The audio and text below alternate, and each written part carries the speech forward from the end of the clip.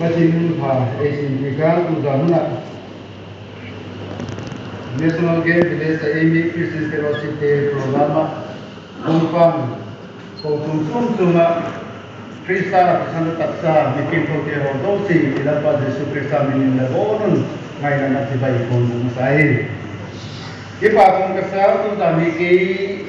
Doi Sangasang Tamay to Pugendigin Loi Patin Doi Sana Ipiwa Kipa kung sa kini tiyam kakat abitak deu dana umkai itu loy panapin mungkin deu tikan sam au ma ai zikin la executive committee member ti ho sukuna ai zikin isunga timle tin doi sana ibi kunjui ke kahunding ahi doi sana ibitu abi Christian Fellowship doi pati ho to si sungin pati minin kipa ko kahungge ahi mi pila mi ke tai le email ya hoi saw sawa ai le pastor mi ke tai le atul sung pastor pai ne kada mun de wa banga adan ke bisia pa hi ibisia pa hi io sia pa hi le mun ne ka khati ka ha ku lo kim te nu ka sawi agui kim amanga mun ni bon nu tu ki una ma ma nu ka ki lo mo jela ma ke sia ho tu pa pastor pa ti lo hi aku ya bang si tali kipa mungkasa nung mungkasa jita bang apatin mina kipol kompi dari ulam tang ipang dia kau tu tian jigola kipol kompi na program ikung gampi kainung gam mungkasa tak jita jigola imau itu patin do mina da churi na so si sanem lang bai ke pau mang ke jikin bai ke pau ni ke hi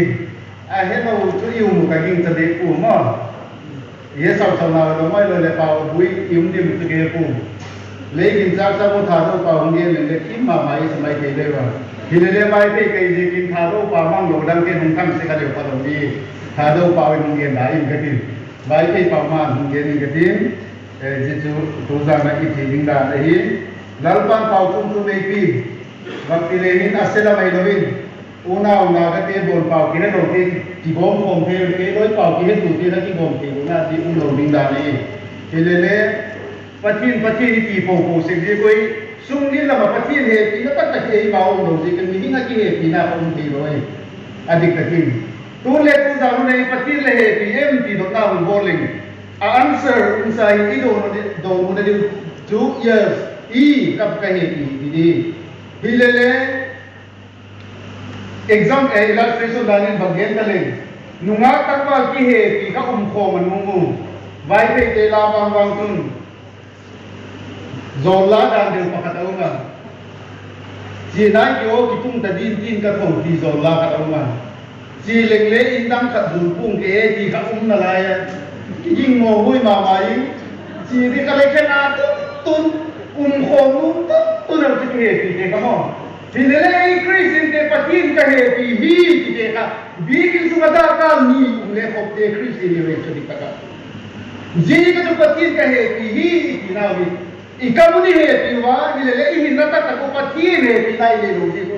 bigin sunga thuge lasak ayole patin bina ihinda ka ni da ka thum ayole thuge te da ka hadam ke le tu jai hunge le ju akita le ibu taro mai khilo ayole patin he pidang ka bang le ni bi ki su tak le ngai tu tam pi mai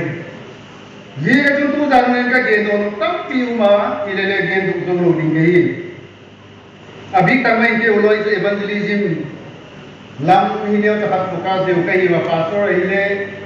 ei pamsak gale ti ko lam thi wehi aji chu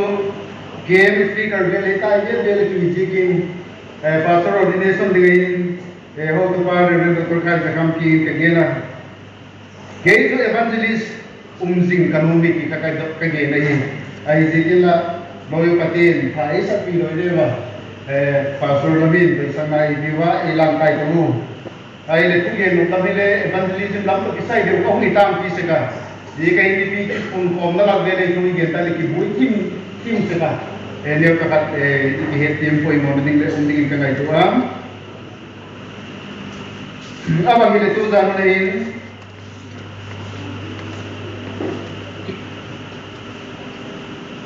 our Christian mission Tunu na iding tu miwal tin tehon lalpa mo puna AT ki bangi MT Tutung lui Old Testament mission to. Tutung thaka mission compare bolin je patut ema Christian nundari bangol hempi. Tu jadune mission samlo ta ngai to phong levin in kasa. Jadi ka tun patin ting tho isim na dingin tu titin. 2 Timothy chapter 4 bungsuk bunglina verse 5, 6, 7 musim buging katin. Zotagale Romans chapter 1 verse 1 chapter 12 verse 1 ye kasim kitin. I think in amisum ta kan igen no pen hai so abai ko tik suma igen digin ko ile kasa. 2 Timothy chapter 4 verse 5, 6, 7 Simika.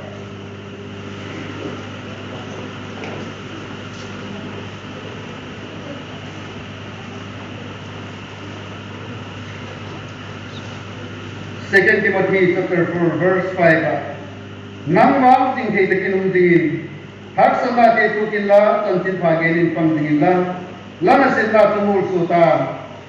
kei wang tu hin le la do ting kai ta kati hun am kai kido na pha to ka do ta kitai sin na to ka mul suta gin na to ka bok do tai Romans chapter 12 verse 1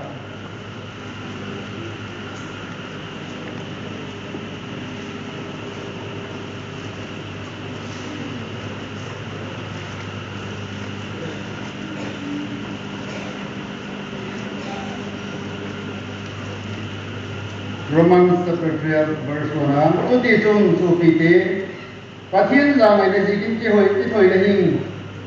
le tin thau le pathian pum ta dingin la tak sa ki la dingin ka thon le hiu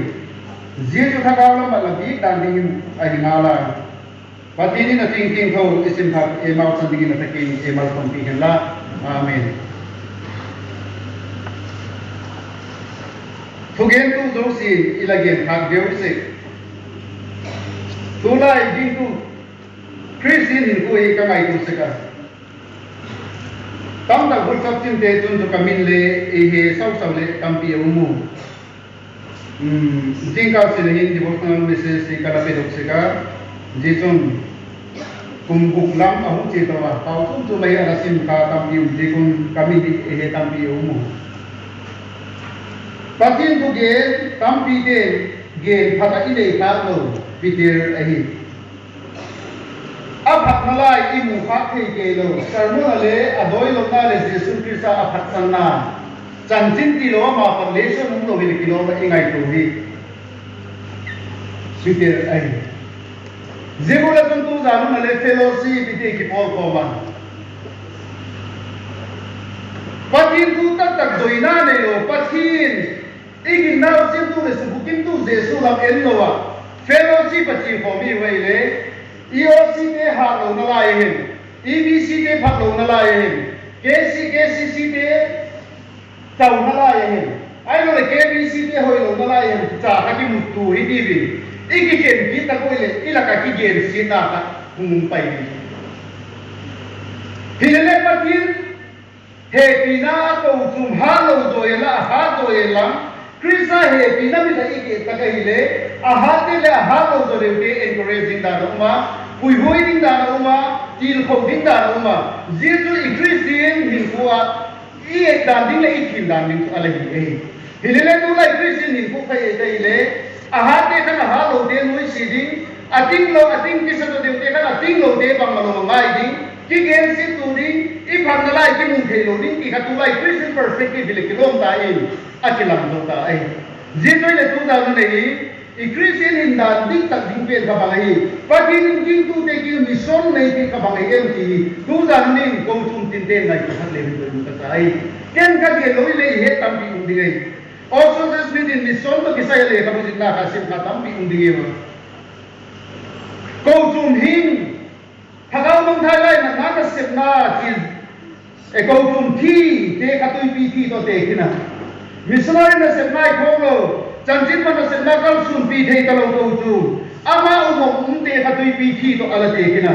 jitun mission hing ko chum hing Chantin panasem na masom zel si zel te ka Galilee tu ipito ala te kina anung dok zel Christian hin ku ka tu niu na iging tu hin ku hile tu ta na imese dingi se pitin lo pi ka lo ding ai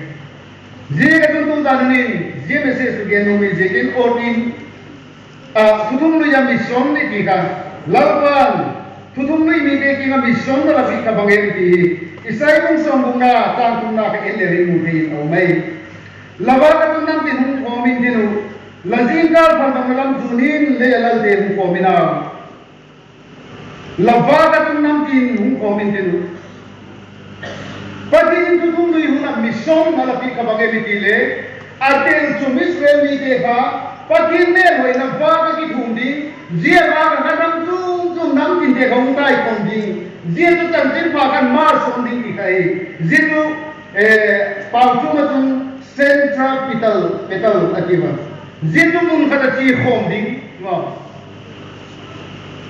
ai le tun thudum lui mission ne da ei ma ko tu ei ma christian ni mal tin hin koi ding itale laba christian ba kana ma su ding itale ci minam te laba ka mu ke ding kopun au nai ke ding kopun christian me na kana ki man zodin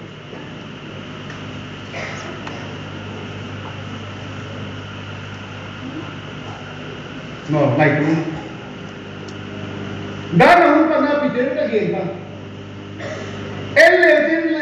Peter ke ke ka nung zui se zui so na ni de nin ki signal ka a number 1 losing din pa kai Jesus Christ ang ropo long kai pu anung zui ke a ko si na hun zo si a presence ar ti ka Peter ai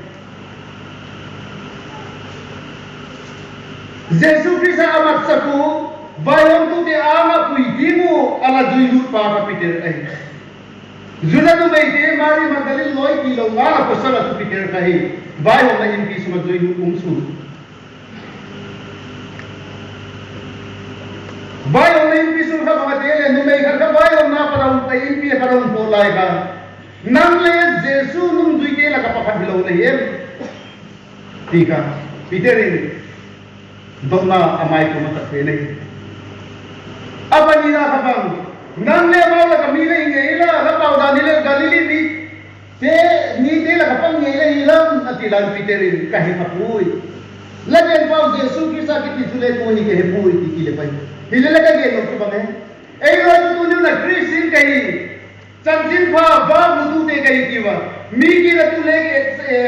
example in kei bang le koi ta ko sumen tu gen kata kei pasor kei me UCB ali na pasor ha amang le na pasor ko pui tu tele fellowship chairman kei me local committee member kei me ai le ex je tu ko pui tu kai dio ei le self introduce ki bolu le mi dang gen ko pui tu ding ei tak san do ko pui tu kitam ka loi cha dik thang lai ke bang le la ko sa ni panga zira in la polisa tin tagaisa hilele la polisa do dale outside the church ka pangtin in ku kai mange ki pen ngai tu le midang ten krista nung zui tu hina ka emu the ki bu hina Peter ka ma ki introduce ngai lo self introduce ngai lo apa da na nung sang atoi dan bang ki ba nami Jesus Krista nung zui ke la ka pakhat lai ki ka recognition na bo thing ai midang ten le ei loi tu ha introduce tai introduce le mo midang le tak sang lo ngai tao lo ngai tu ti mu zita ka sula por member ke be zita counselor le pang ke be zita ka thugen tu le pang ke be ai wala Sunday school ho tu teacher ke be amang ne nang Sunday school ho tu ihiling ke uming da kami le hinna pa kabuhe tulai tu gen tu la satu te ho bang pun pichu mai bang ding do ami el pi ulang atu ge ni nala el ulang alangai ulang atu ikam chim na ami el lo ni no again tu el lo dei le la hindan ka bang di tha polling Jesus Christ ai en tu kai golden ke ba en tu ta na ki sula ei ma kami dang de ton ni ei lifestyle I footstep I footprint ka din lo tu de le Christian nung dui hina amu bet bidu ihin ma hin Zikari lo zikin ele uti takai Israel ni tekale lalpan abaku nam ni nung khomding central petal hiding pia ala gut pen ka ai jetin khalalpa la sim biting doku milulul lai jikun hun kiton pitan oding kai Hilala Mausin patin pina do pika Exodus 32 chapter 32 verse 32 na kele utin Israel te gilo na jikin Mausin patin pina do pika agilo na lang ay lam dadam lo dingai le hinda de ka po kami thai na ngi papa ala pa ta pipa ka Mausin Hilala jikun na tun tulai puitu ko sum puitu be ipang wakin kahas Sugen tena hong me lai le mo azam sa pin loi ki mai the ko abhi ka ke loi pastor ke bang no ne ka ka pastor ko pa ru ni ka he dei police kai pon dei wa ama ai chu ka mai ngap de ko no ke ni si pastor pai ama ba ni ke ko hu kai pon de bo le bo le de pon de ke ka ni na no police bai pon police sport le group khat de lo pon ke ro sugen tena hong me nang kai lu sei de pa lo mai thi lo ka pa ni ke sa na ko na lai no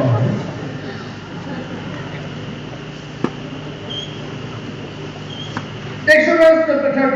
33 verse 12 15 kasim levin hung kiton pilo ding kahi lang pa na tila Israel Moses magage le kiton pilo ding le jiki patit ei pido dai nangka kulo mahile midang ke nangka kulo zal bepa dam lam na ke o patimute tulai krisin te ni ko dam lam na o talo ging lo tu te to ki bang te ko hilele pi ki sui tun ta kai le su Atagaw ni pen na him kizil kiri uca dikata. Jika tu tutung ni mission namkin Israel kate baga hukum ding lalpa nakipena. Patien mission ka tutung ni uca fair dik dili. Ay lawan bang. New Testament tutung thago na patien mission ka mangele. Matay pusong ni legin na chang song lekuna ka ele ucin. Ciun Jumlah kisah yang dosi kan cantik bagai lupa, nampi nami te kapal itu pada sekali kau mina baptis dingki. Jadi adi entuang, New Testament mission tu bagai ciri bilang te kita cantik bagai dingki. Jadi mission te tu centrifugal adi bagai. Cantik bahom jatui, tu dia nak kau cum te kalau pan, tutung tak kau cum untai jepun. Cantik pa kami dam te ki pe so ni ga jiun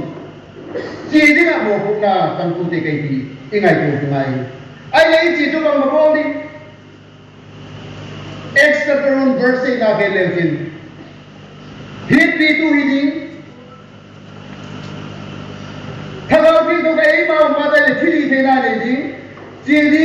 cantik pa hit pi tu hiding Jerusalem ate Judea ate Samaria kol kil ti ga Pathir cantik pahe, pina cantik pakan midang pekinga, peso tu tinggal, hiat itu dengan lapan mau kulai tiga. Amin kalau kita foto makalai kamu ji kat kesima, aji tu pamin tu kalau kita bilang. Dia patu tu leh kamu jingga tu dipin aji kan. Tu kang nung pen, ilang pas Yesus Kristus hongkit na ding kang tadi mo ika. Leh kamu aji kan, aleh kasina. Hatim kesimpai. Jitu itale. Turin na kau cunde lakukan mission itu isen bidding zaman di. Ini mau kita mendapatkan kita. Ayo le turin na lakukan. New Testament na mission itu dia kirsim dosi kita cantik pagendi. Minang kita cantik pahit itu hiding. Zimo puna itu katurin isen biddingen. Nang nama malam pun nak kena sempi dingin di tuzan nak kau cumi mana tintero emal ikut nak lagi kamu mama ini adik terkenal loi kat ping thang hina le loi ping asal le tak sanglo ping thang kitam talu minumi pa kau cumpu ikut degen talo Khang lai em le ai loi le nau pang nak em le ni le. Ei tu kipin tak mama Christian hoi lekisa ging tu pha lekisa hilele minang ingkak sam nei nei ke lo mi tam kan ti bang ji ge di inda to Christian he pina tan jin pa ti ton pui di na nei su ke le tu na ni je gen thu ba gen gen na zin ta kai le ba gen pan dukan ka din bangai hem tak ala ko rin ala ni taleng tu e tak sang to lo ni lo su adi tu ka hinna to ki zui lo hi je ka ei mu lo te ki na gen khai lo in mi mu lo na ka na pen ka Krista he pina kan tin pa ke ko le lo e chin na pa pen bi se kai ei lo tu mi la ka thau mi hi u ta mi la ka he pen pen hi u ta pui tu ri bang le u ta ka ti tu tu ma election ka le article ka ti kai MLA election Christian ke mu pura ka ti kai asim tu thingo mi ken ka kan bang se kai le se ma ki ka din ki sa nai bo se to le ka ti le ti igam ji da ni pui ki en thadi asim ni bi ku ti de ni tu ni una ko tu mi nai ba ngai ma dai ni si mi dang te ki ati lo Krista he pi na kan ti pha mi dang te ki pe so ni ra pa mo pu nei pi king tu te ti tu za men ko tu te nai ko le ka mo me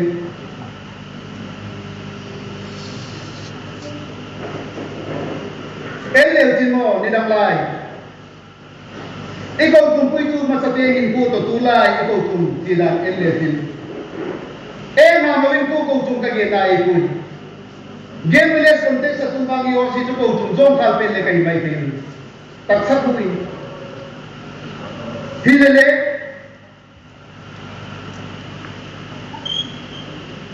taksa ko tum ni house gun to ben tagalo ni house MTP ni poy mo apoy mo to hungi kanime Jika KCCB kita hoihi ihetiru, abil ni hoiha adem kai pun agensi ni kai pun. Aile jika bikin building hoi pada di kote thakau lamin, ilim tak pule, ilum hoi tak ke, jibi kita pati di bilik ilum hoi ye. Building tu kita tambah je tak kerja tak dia naik. Igami ni sadung na. Nilang laya dophel tu na lagi bolaya. Pui tu masate ho gente tambah ala hinku na maklayu. Thagau la hinku ho kanung kil kita le je hun khat. Kitung ki the o ti lu jang tam piu mai thagau la hinku tu. Tak sa tu ni sang kan deu dewa. Thagau tu ni keu deu dewa. Patin mai samai ka sam deu dewa. Pai moletin pati ni naya, hilele taksa gam tak taksa ta he lungil ta pati le pina ita samde doi tulai ko kunte. Ti pati ne se ta le kam tu deu. Sum le pai hauna ki bela deu. Pati koi mo sak no na ko tu malien deu. Ba sa pe lo na ri deu. Ei ma bo no thil bo na ni tu hun nei lo khat le ki no. Hilele thagawa khan na ni pati ku ni kata kat bele simple lo Christian de mo ki ye kata zada le bele ko tu mo pala pastor te na lu jing le no Bible sim ki to ma mai ko dikat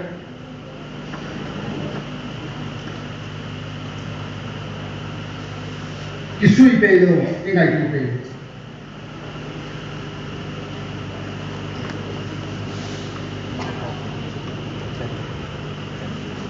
Jeno ika biar kagak semua apa kunte hikamu timnam kelang sekat. Lakini dante lagi ni dante lala maisa dante ahi lala hausana abang tiket dan asyik mai lo apa kum pasagi ke happy join ni dekat nasruna ko kunte. Gente mama, baita mama hilele lala hausana abang tiket. Tu ni unar khabel bi muin hausa fi daima. Thagau lalpa bi muin thagau kuin hausa ko pungkile tunu da lalpa mission ni dia ko eki lalpa do dari kisem kiting ko kala ki kamai tuna umse de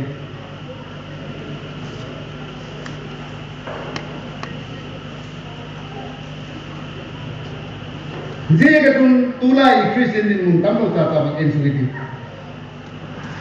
pilna mangin patien ti pak sa gibo pilna mangin thagau mi go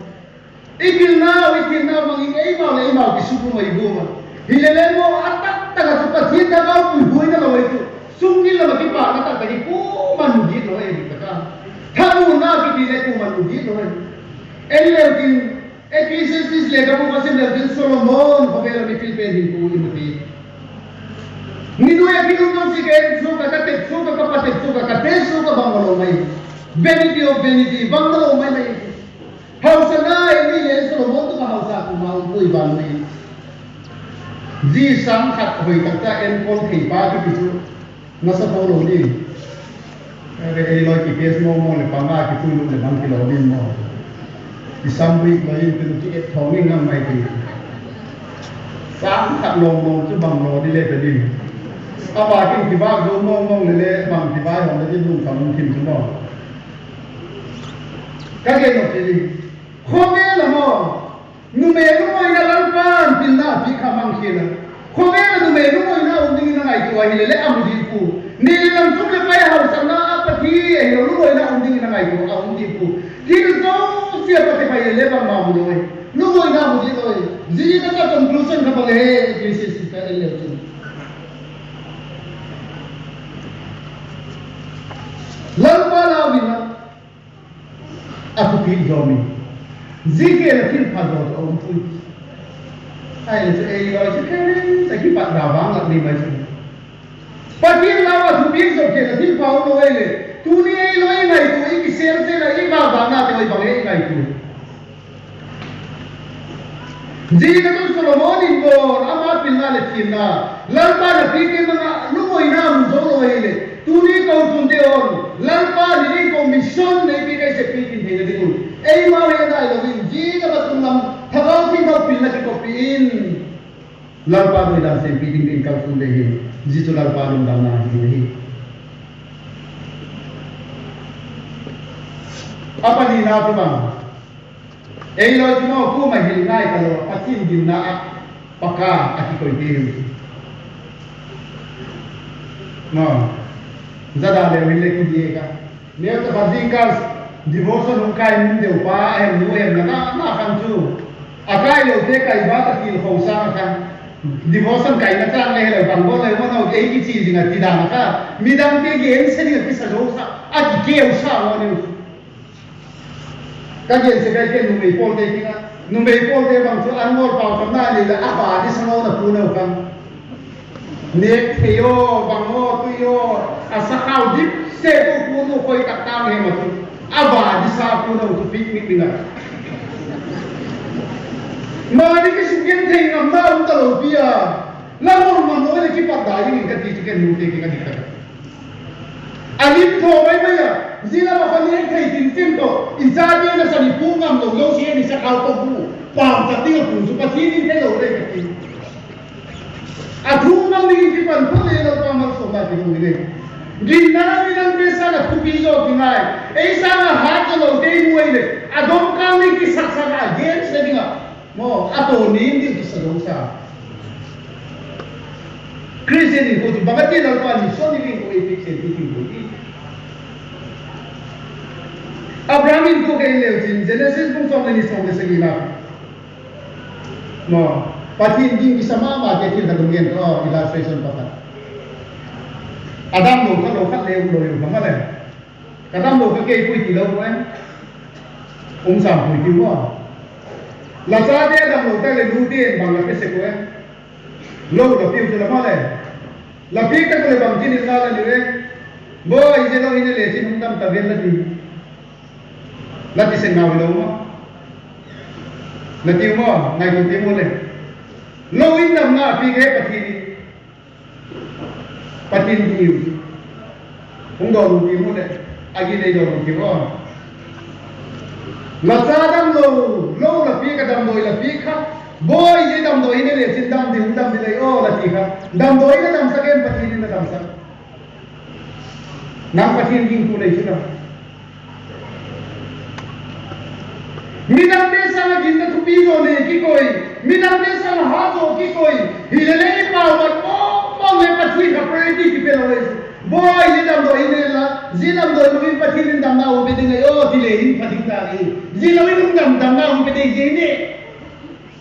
Patien ka secondary na pagsuta to na. Secondary de gano third lang ni. Angai na pin lo isu. Chula ei lo chu Abraham sa ginna vangam le muti khobira lam dik dia kai no kibor mo. Hilele hindan kapatien ginna to kizuilo Christian kitam kaloi ditaka. Jadi itu Abraham kangai tu lewat. Ginaul ku nusi ni ngalal pa nak udolai nak kipane. Koi lam tu ni kan kile heke lori nak kipan dong kami.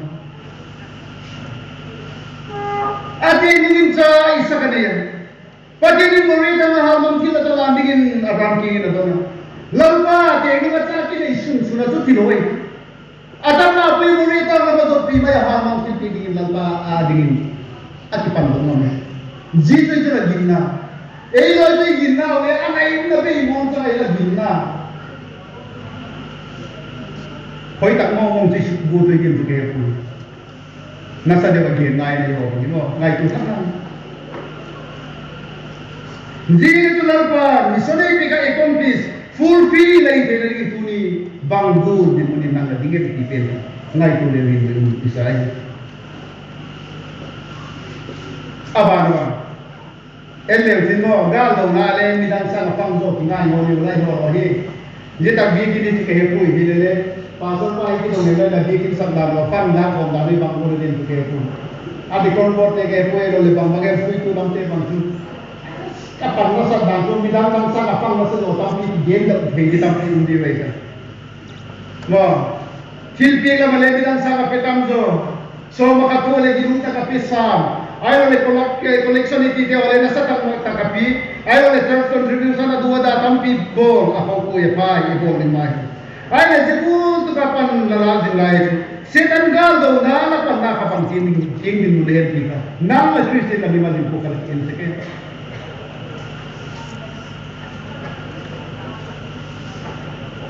banggura pang nasa iki ko isik ka mo Ephesians chapter 6 verse 10 apat hansin tu lewat following ka. Patien gal ban bukim kaya ka agent. Hilala patien gal ban lagi tungke lo sa tanggal do ginto kitam talu sa dikaka.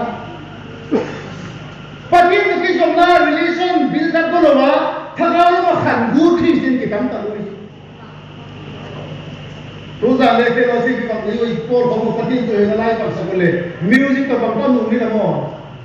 Hilala sungil lang tak tagajekan tipa na katak ay pitak-takin. Iti na mo te palu mo ina pati ng kai ngay na ilisakin.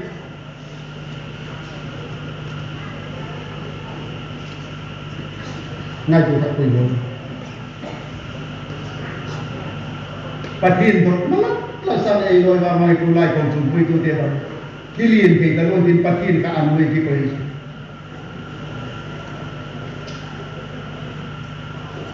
Kuko tu leki bang bekai kagi sekai siken kio la bel bang program bang itu idar takai bakti sudah mo tu ile masang bang bang program munde so Pentecost ay lo le Father Day Mother Day ay lo le bang day mundi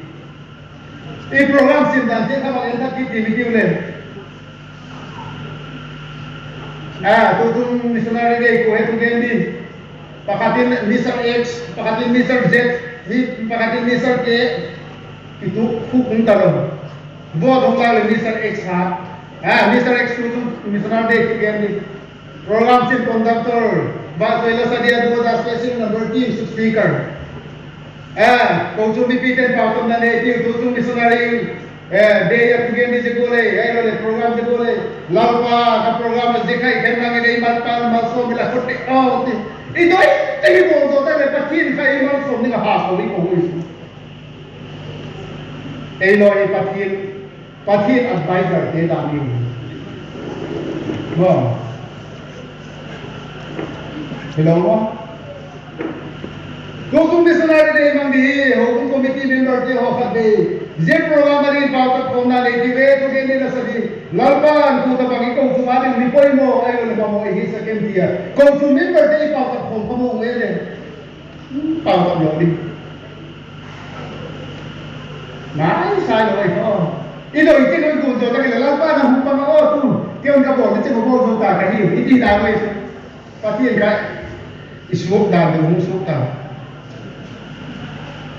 mani malam pang hiduin. Lalpa doi dah apa ke bol seperti ini kita buka le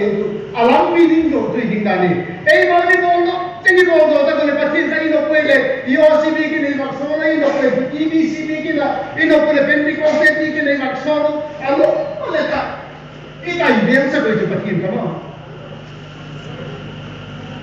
Jika tu lagi tu deh di galau dah, ikan sudah ni entah le itu sahaja. Lalpa ni ko mission ni bi ke di jam lo wei hilele se pi ki nani ka kei ma hamai ke lo kei ma su le pai hamai ke lo kei ma pilla ka se do the lo chung lo pathian dili the na to ki jom na lo ka se pi din do ding lo lalpa lo ko e pi ke ki tu ni ko tu te enta ki ki igal do da le ngai ki ta ki lo ni sa te zo so in ko ke le chin gal do ni na ko ding te lalpa ka ko din Dewi kalele ti lalpa do masa se video lalpan kuning ki pan na kilo ki pan na yo ti zene ko kulpi umma tu mama tula ei ka phete ki to fencing mai le sa kon kam thalai pani ki tu ta katai ki we ki wai ki ti aku pi ding da hilele mi kan mai lo mai sa mai belam ki mai mangsa zene ko kulpi ka to su na lagi de bang ji mo lalpa su pi kun de se ji kai kala Tujuh kau kunci lalpa egi dani, amari na gam ladingin kisale lalpa misalnya kau kita sempiting kini, jadi kita kau kunci kisah kami yang tapi kau kunci baik.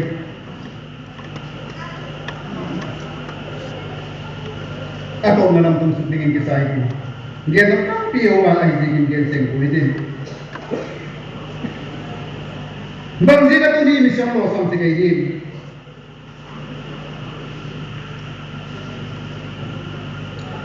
Ken ka jere khamai ke kile ka jen se khamai ke Bible la sim patin setan ni ta loi patin ba ko le sa se sa hoi tak takanal tak takal lagi sima lalama nal tak tak mai ba ko le sa la din kale lal ba setan ni pok sa loi zan homa ko ka pala par le setan ni pok sa pui Bible sim lang Ayo le patin tu gengi le tele patin setalin focus di kui. Hilele setalin focus sa kamo. Patin to relation oi kala de pin tham dik tak hi ka setalin zada ai kati. Tula ye lo to acting actor to ki mangin sa tam dia dik takin ku zat ta ni. Ihi dong se acting nei. Atak ta gam ha kilulo, a kilom dan dan si ki bol. A bol tele mal soma dong lo, ahi amai ka tele mal soma dong lo. Aki cai bol bol ki cai bang je gayi Joseph gulai Christian in gua patien lau na ne mani ki thun do ki no e taka ki thun gulai ki undi no e Joseph bang ha piru pati first zikan ha ke kala tulai ba ma le kais je ki horo la ti di kitab na kati ngai tu simu abi ka hoy na la ya pinu aku nak program na takazin Prime Minister waktu suglewi di henti pala nezi katin kay pio di ido na karisa ay azilam ko hol kini le kilo mo pati le to ko pagilay pang tungdi mo kay po isang kamo kala to ila tungdi mo kay po apa sele kitin di board sa may gilan mo kagyan mo suno hilele mo siya Joseph pinag-adol ko ka bang hele lalpa minggu gitu na jigo di bang keyboard hiding kahin lalpa minggu ko mo lo na mo le lalpa na mo singiti ka Joseph hebi lo pati lo pinatu nila mi ay mo lo rai hinda sa hebe lalpa lung tim na elban AKP come on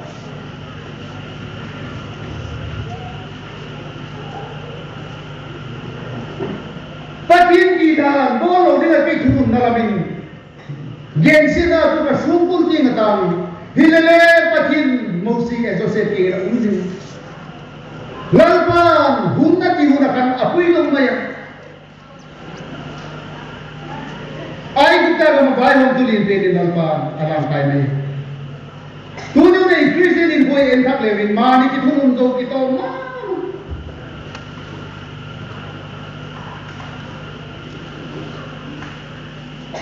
Ken ka lai tu sika Pin thakta chate chu pathin thakau chenna indwelling of the Holy Spirit. Thakau thi thau chen chin la cham ta te kai ki. You are the temple of the living God. Now we pathin ke na temple de le hiu ki la Bible. Korin le ka lam. Ai le tu ni pathin thakau thi thau chen na temple ka bang la lo mo nge la taksa la gil. Thakau ka hat ko ki le chicken ka hat lo ta mo hiu ki.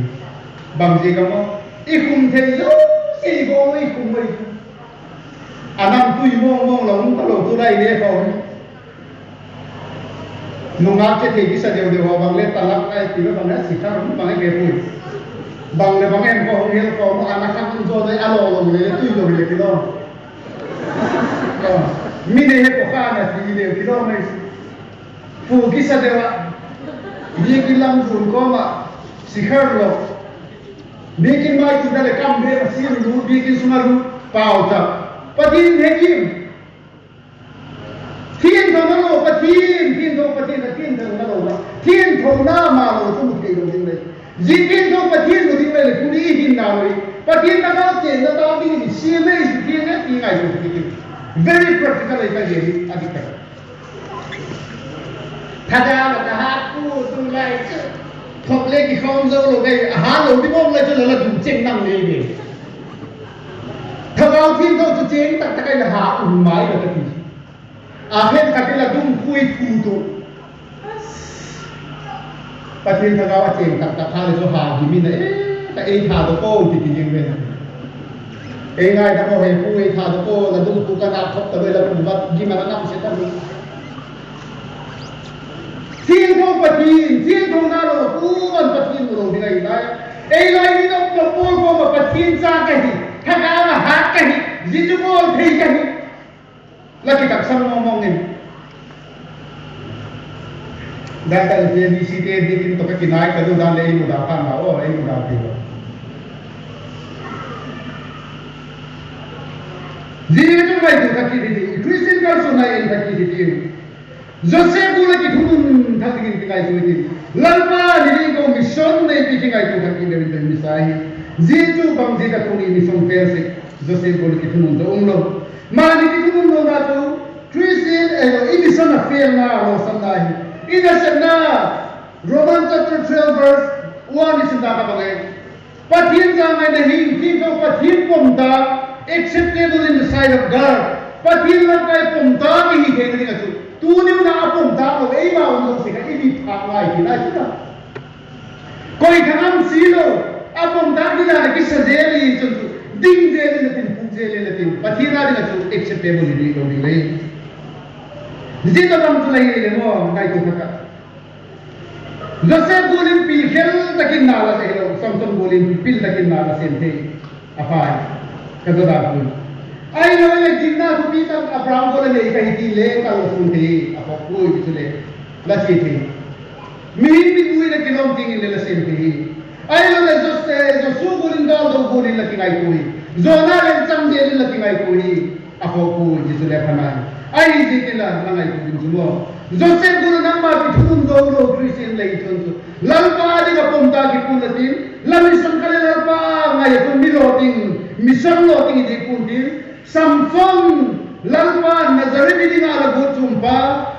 amel bate to thikhom ni nga lalpa Samson ka lagut loi hinele lalpa Nazareth ni nga guna ka pang malong ko idigin mel bate to mul puta kina thikhom ziguro to ni name Krista thisana sanctify ai loile thiên cham sak le na justify le na penga bang malong nga ile dan ta le Samson guna nang le ne ma to mul puta ka thikhom mun ho ni Jito ilo na lalpan tu na mission le ke ngai tu ka thi jika se pun tu ni kisale ni misai Gospel John chapter 21 verse 17 na ke lesin Peter ti na lalpan tu na kumbe bol ato na nangin ke le he tu na ni jito na ka ki dong le le I lalpa ka hu he ti iti chu do ni le le atak ta ka tu mo patin he ti de ding da ni la ta ta ke lain ku ka pathin he pi de hin ku ding dani la hinge minam de la ho dan ka pathin he pi de pau dan ding la ho be minam de ki ngala um dan ka Patin he pide undami ni umen pi hamai tu le china fail ngal ni jisoi uzan hamai tu le un bisa tu ideksa do man mani ka jina kai poli na mission ka he china lalpa mission pi ka he china nangwang jing kai ka chenum jingin hasana te thu ki la chantin pa gen nin pam jingin la na se tu mur sutan kei wang tu hile la do um dila pisa do ka kai dai ka chi hu ni ta kidau na pa to ka do ka mur sutai mulsu poli na mission he china aset din he china lalpa na pi a mission ka se muting da mulsu da ati ni ki sa zo ma hi da de kai koril le ka panira a dingai chi ta ki again sin mam ai le tu ni nang bangking mission ni mala la chi pi ding mission ka bangking la ni na lai bangking lalpa nu pa ite na lai ni pi he pu hilele ngai ko thakti hi lalpa nu pa ite isna amalo pi na ding le tu ni le hi ko lalpa mo ko na hi chi ami nang pi ki na chantin pha bage mai lo wa krisa chantin pa hi pi tu iunda inung changi ko ida ni pau kam i khoi i gam ta ka minang te o ma pa pa hi ta hi ei ni de ni ko pu krisa me lo na ki ko pi hing he ni le lalpa pu da no mission ne ki ka minang te min mo tam ko pi ngam ni tu sa na a hu i ge ni lalpa i chang che do ari atakin e ma som pi ta ni kon la ko la mo ki pi ka bi ba